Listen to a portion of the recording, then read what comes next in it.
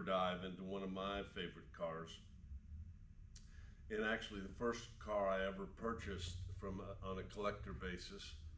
I've owned this car over 20 years. I've had to do quite a bit of things to it, but I wanted to talk a little bit more about the E-Type. The E-Type came out, actually it was styled after the D-Type, which won the 24 Hours of Le Mans 3 years in a row, 55 to 1958.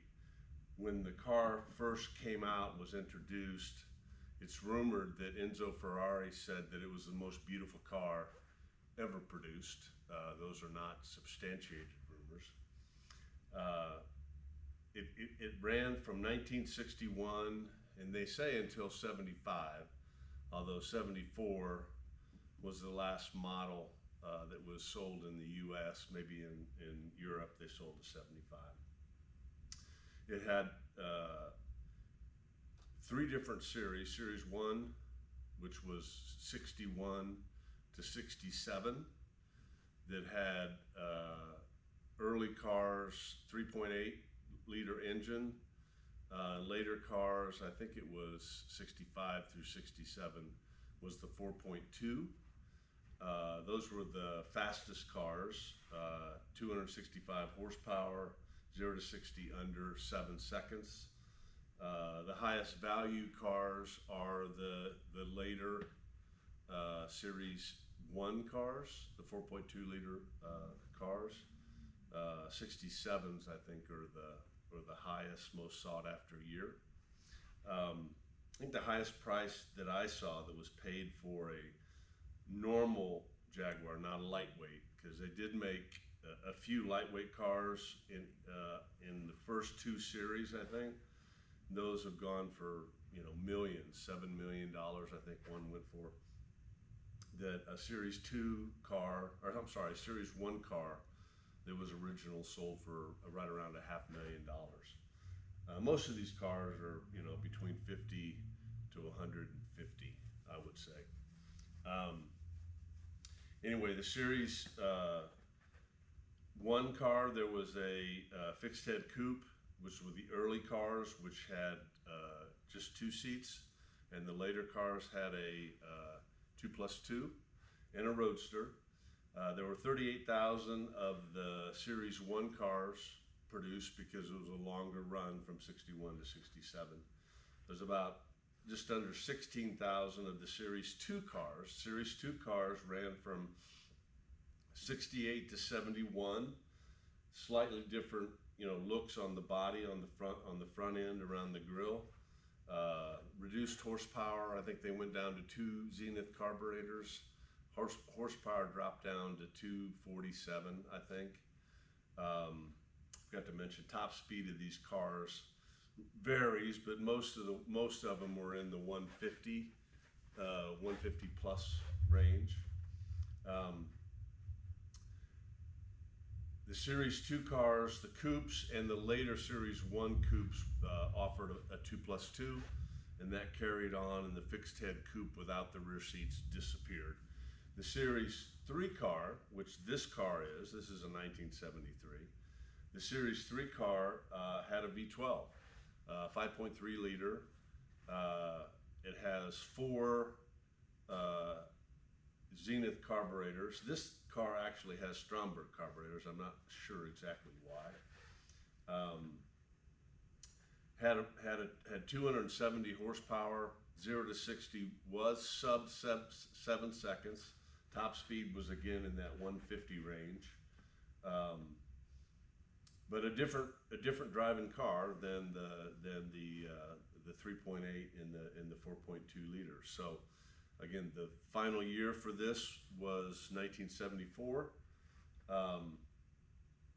The U.S. requirements for both emissions and front and rear impact took its toll on the styling, and this car was followed by the XJS, which came out, I think, in '76, at least in the UK.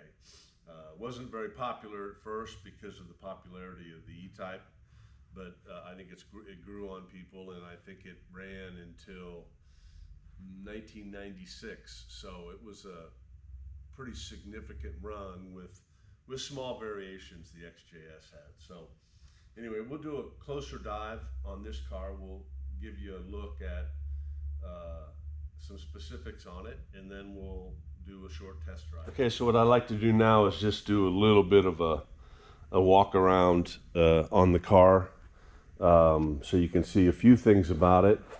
One of the nice features is a quad tailpipe, single unit. Still had an aerial. One of the things I think is interesting about it, similar to the Corvette over there that has a high sill, which is done in actually vinyl, not leather, but the color of the interior, which, you know, is not as easy to get in and out of, particularly somebody of my size. But you can see that the car has plenty of leg room. One of the things it doesn't have, and you can see from looking at the top of the steering wheel, the top of the windshield in my head. So I do admit that I sit very tall, but when I look above the windshield, it hits me right about here. So it's difficult to drive, for me to drive with the top up, because I have to look at traffic lights like that. So anyway, pretty well equipped. Air conditioning. This is an aftermarket but period correct radio. Clock, remote mirrors, no power windows, leather interior. So it doesn't have a lot of equipment. The later cars had much more. This car, you could get it with a hardtop. This one was not equipped. Now, to open the hood, there's actually two latches, which you got to pull and release on both sides.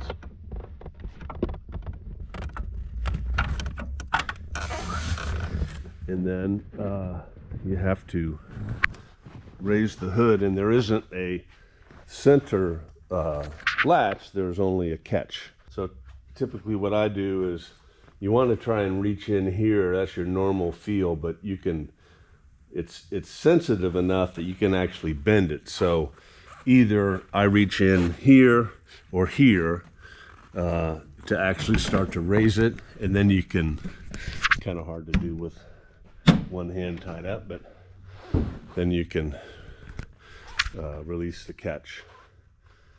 So with catches in the center. So you can see the engine. This car is an older restoration.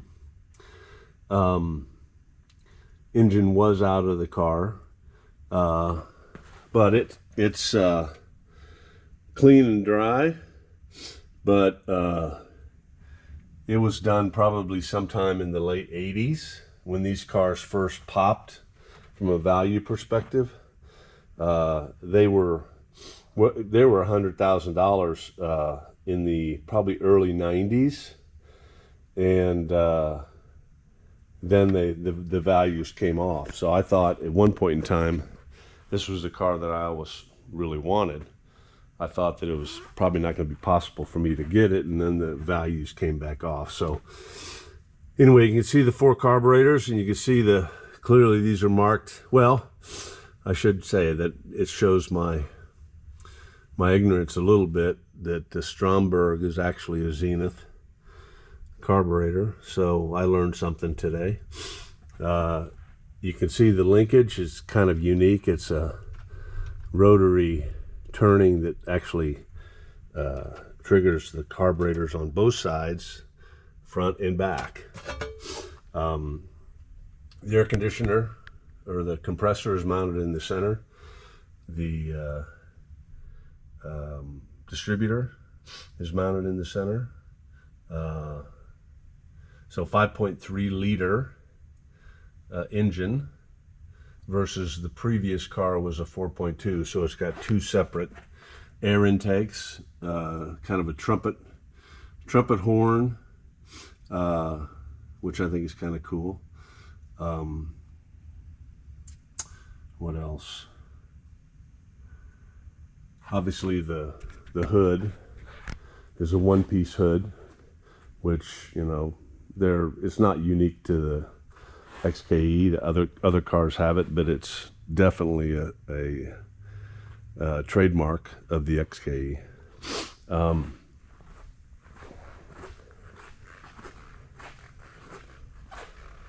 This is the air intake for the heating system.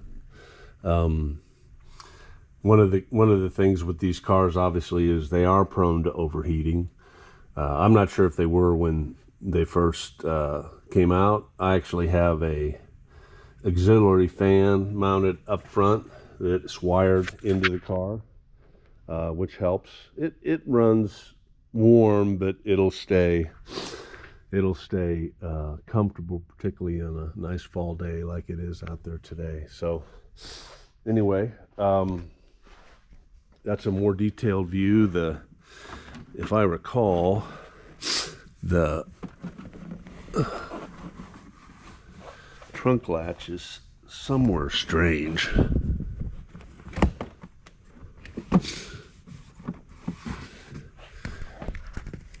It does have a rear storage unit back there, which I have some things I haven't been in there in a while, cleaning supplies and a fire extinguisher, which I didn't know I had. So if you have one, you might as well know that you have it. And then somewhere in here, back and back, is a trunk release. Yeah, so kind of a strange place for it. And then you can see the trunk. Not a whole lot back here. Obviously, from the top to here is about maybe 8 to 9 inches, so you got to be careful what you put in here to not dent the hood. Couldn't get a bag of, I don't think you could get golf clubs in there. Maybe you could if you set them crosswise, but not really a whole lot of room. So anyway, it's a little bit of a closer dive into the Series 3 XKE. Thanks.